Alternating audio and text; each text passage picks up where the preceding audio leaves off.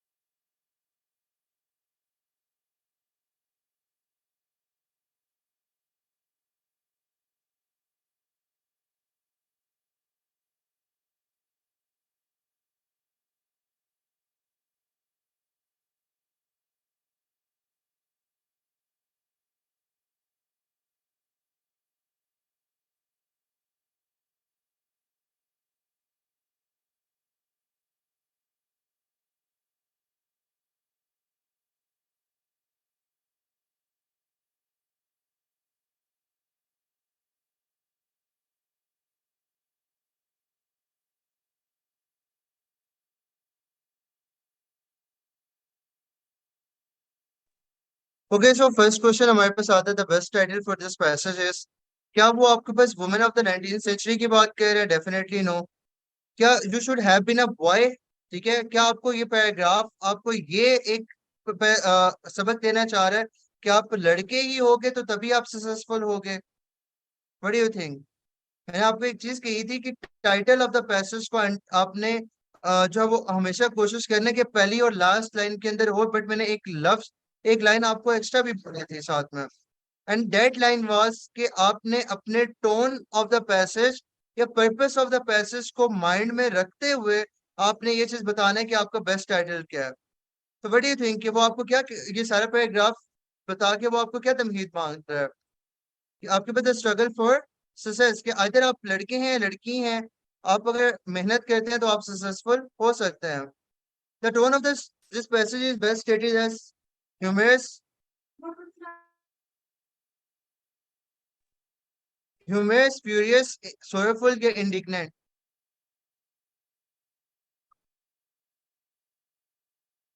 Last आपके पास the struggle for success था। ठीक है, सो आपके पास बेसिकली ह्यूमरस का मतलब होता है मसाइया, फ्यूरियस का मतलब होता है गुस्सीला, सोरफुल आपके पास होता है सैड सैड सा। ठीक है, और इंडिग्नेंट जो है वो तंग सा हुआ होना। तो आपके पास बेसिकली क्या टोन दे रहा है यहाँ पे? That is basically your sorrowful tone दे रहा है। ठीक है, C option is the best option. The best meaning of the word void is, मैं ऐसा क्या कर सकूं कि मैं अपने फादर के दिल के खालीपन को पूर्ण कर सकूं? वहां पे खालीपन से क्या मुराद है? एम्प्टीनेस। ठीक है, we can infer that the passage of writer of the speaker of this passage will, वो आपको क्या कह रहा है?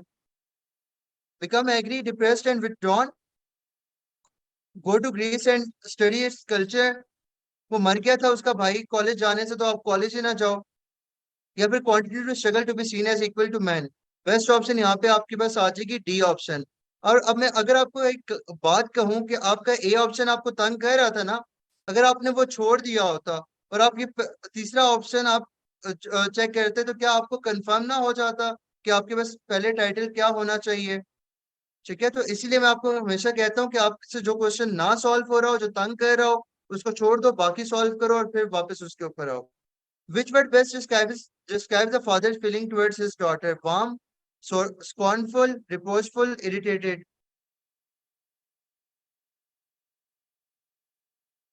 वार्म का मतलब होता है ओके होना, सेटिस्फाइड होना। ठीक है, स्कॉर्नफुल होता है कि ताने देने वाला अंदाज होना। ठीक है, रिप्रोचफुल भी आपके पास बेसिकली उसी सेंस में आ जाता है। ठीक है, लाइक फॉर एग्जांपल डिसपॉइंट से हो जाना। और इसी तरह से इरिटेटेड होता है कि तंग हो जाना। तो आपको क्या लगता है कि जब पैसेज आपका खत्म हुआ है, स्टोरी की जब एंडिंग हुई है, तो आपकी जो फादर की फीलिंग थी वो अपनी बेटी के लिए कैसी थी? So it was a warm feeling, Okesh feeling, वो सेटिस्फाइड थे उनसे। तो बेस्ट ऑप्शन यहाँ पे कौन सी आ जाएगी? बेसिकली आपकी वार्म आ जाएगी। ठीक है, चलो, कोई best यहाँ पे, रुकिए, यहाँ पे नहीं है। यस जकिया जी जी।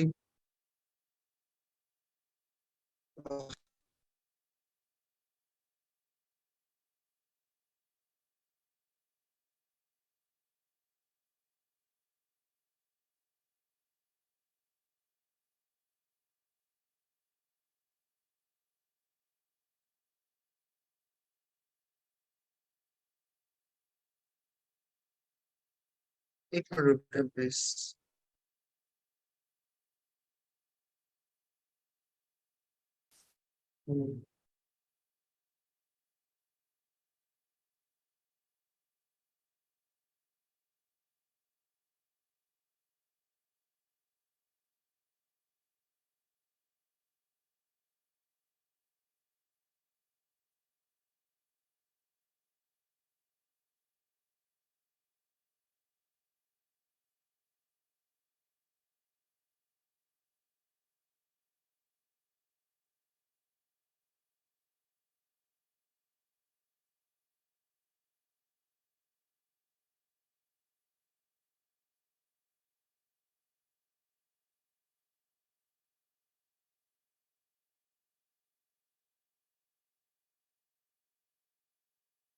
तो छोटे से पैसे से आंसर करें इसको।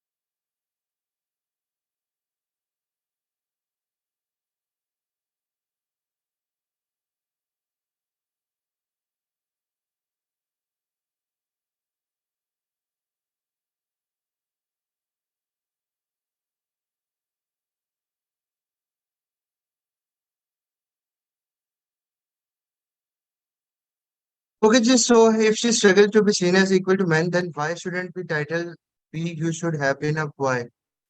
नहीं तो डेफिनेटली आपके पास बेसिकली जक्रिया उसके अंदर आपको वो ये पैगाम दे रहा है। पैसेज के अंदर आपने पढ़ा था ना, तो आपको बेसिकली क्या कह रहा था पैसेज।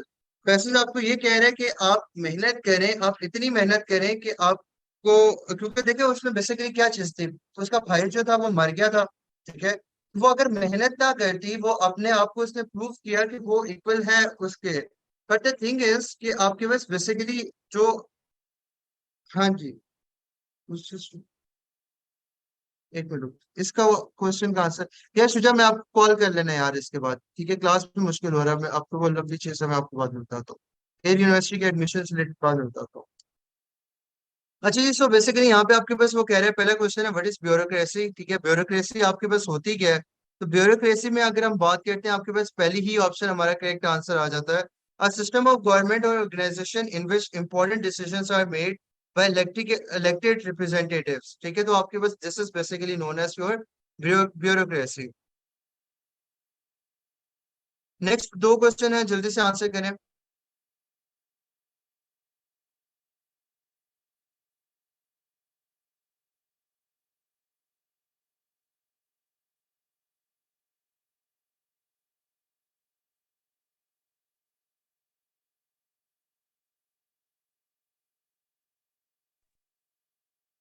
सुनिए, यहाँ पे आपका बी ऑप्शन है, नॉट ए ऑप्शन, ये बी ऑप्शन है। जल्दी से इन दोनों को भी आंसर करें। What is the hierarchy of authority in bureaucracy, और which of the following organisation is not typically associated with bureaucracy. पहले का बी था।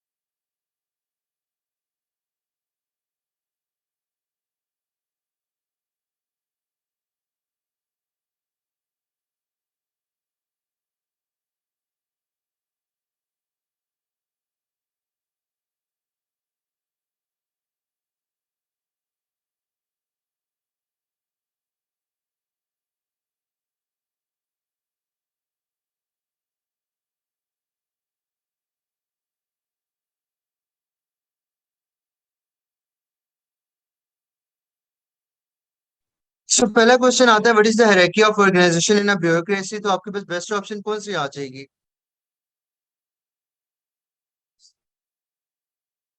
सो आपके पास बेसिकली आपकी जो पावर्स हैं वो आपकी टॉप डाउन अप्रोच आपकी होती है, सबसे ऊपर जो होता है उसके सबसे ज्यादा पावर्स होती हैं, और आहिस्ते से आपकी पावर्स जो है वो डिमिनिश होती जाती हैं।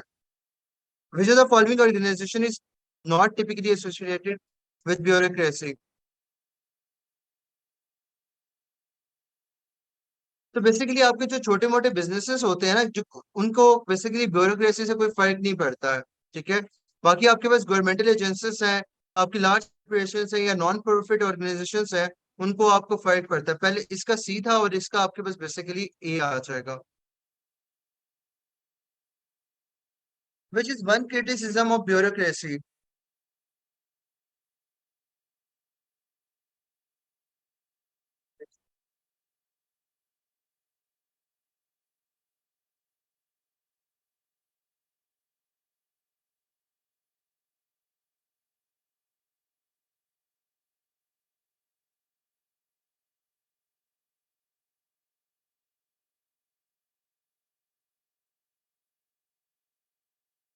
नहीं, आज हमने सिर्फ बेसिकली रीडिंग कम्प्रीहेंशन का टॉपिक ही कम्प्लीटली डिस्कस करना है सर।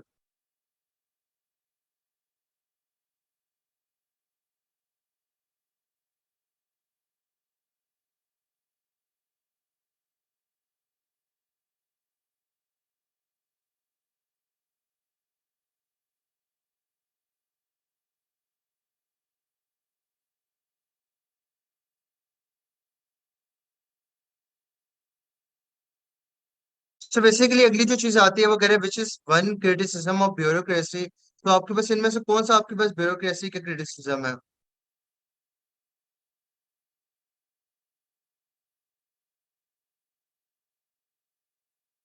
प्रीवियस का आंसर क्या था? प्रीवियस का किसका? हाँ, स्मॉल बिजनेसेस। कौन सा आपके पास क्रिटिसिज्म होता है आपके ब्यूरोक्रेसी के ऊपर? सो आपके पैसेज के अंदर ही डायरेक्टली ये चीज मेंशन्ड है कि आपके पास इससे बहुत ज्यादा अननेसेसरी ब्यूरोक्रेसी क्रिएट हो जाती है। जबकि who makes the important decision in the bureaucracy के अंदर, तो आपके पास जो आपके ब्यूरोक्रेसी के अंदर जो हायर अप्स होते हैं या ऑफिशियल्स होते हैं, वो आपके इंपॉर्टेंट डिसीजंस ले रहे होते हैं। तो बेस्ट ऑप्शन यहाँ पे बी ऑप्शन आ जाएगी। What type of organization is most likely to be a bureaucracy?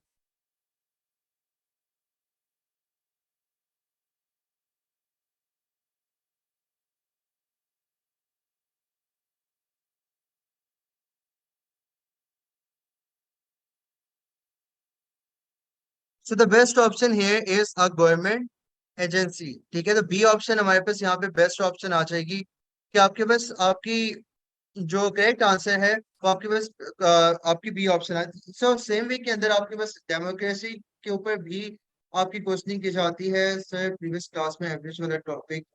हाँ, कर लेंगे एवरेज। आज क्वांटिटेटिव नहीं कह रहे, क्योंकि आज मोस्टली बच्चों के मुझे मैसेजेस आए थे कि सर आज क्लास ना रखें, पर स्टिल क्योंकि हमारे पास टाइम कम था and we have to conclude our course as soon as possible, so इसलिए हमें आज क्लास रखनी पड़ गई। सो चलें, that's it for today, and इंशाल्लाह बाकी जो है वो हम कल कंटिन्यू करेंगे।